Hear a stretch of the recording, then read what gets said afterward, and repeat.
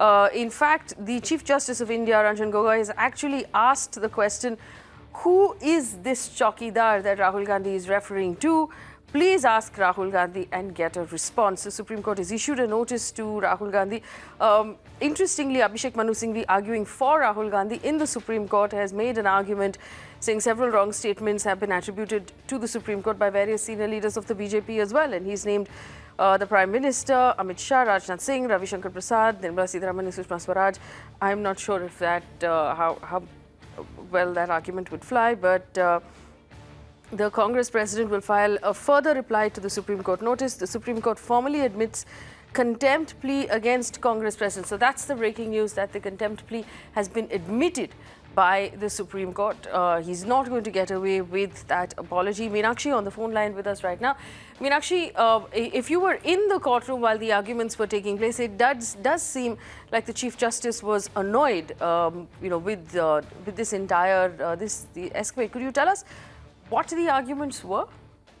Well, indeed, we saw the reply from Congress President, which was filed yesterday, on which Abhishek Manu Singhvi was clarifying and explaining further. Now, this reply of Congress President also encompasses the entire gamut of the high functionaries of the BJP who have, subsequent to the Supreme Court's ruling on secret documents in Rafale, showcased as to how it has been a clean chit from the top court to the government of India.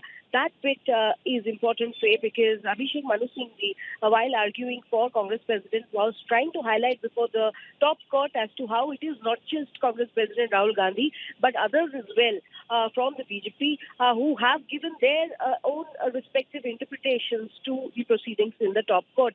And secondly, most significantly, yesterday we had seen the reply which we are in possession of Congress President Rahul Gandhi, where in the entire reply there is no expression of apology. Now, when contempt proceedings are underway, apology is the only means through which you can purge contempt or a possible contempt insofar as Supreme Court proceedings are concerned. And therefore, today, former Attorney General Mukul Rohatgi has been emphasizing to the top court as to how this entire expression of regret, which was put in within brackets in one sentence by Congress President, is half-hearted, and the BJP, or rather Meenakshi.B, would not be satisfied with anything short of an apology that should come by from the Congress President if he is interested in purging these contempt charges against him. Of course, the hearing will proceed in the next date of hearing, which the Supreme Court will affix.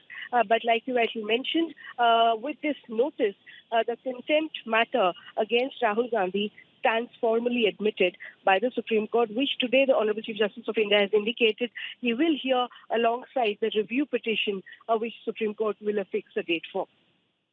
All right, Meenakshi, thank you for that information. Cutting across to my panel very quickly, Mr. Sen, obviously, this is Rahul Gandhi is not going to get away with an apology.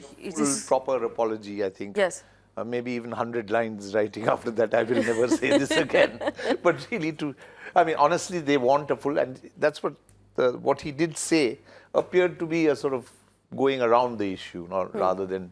So it wasn't a direct apology. No, that's right. That's right. He actually attributed it. So I had not read the order in print.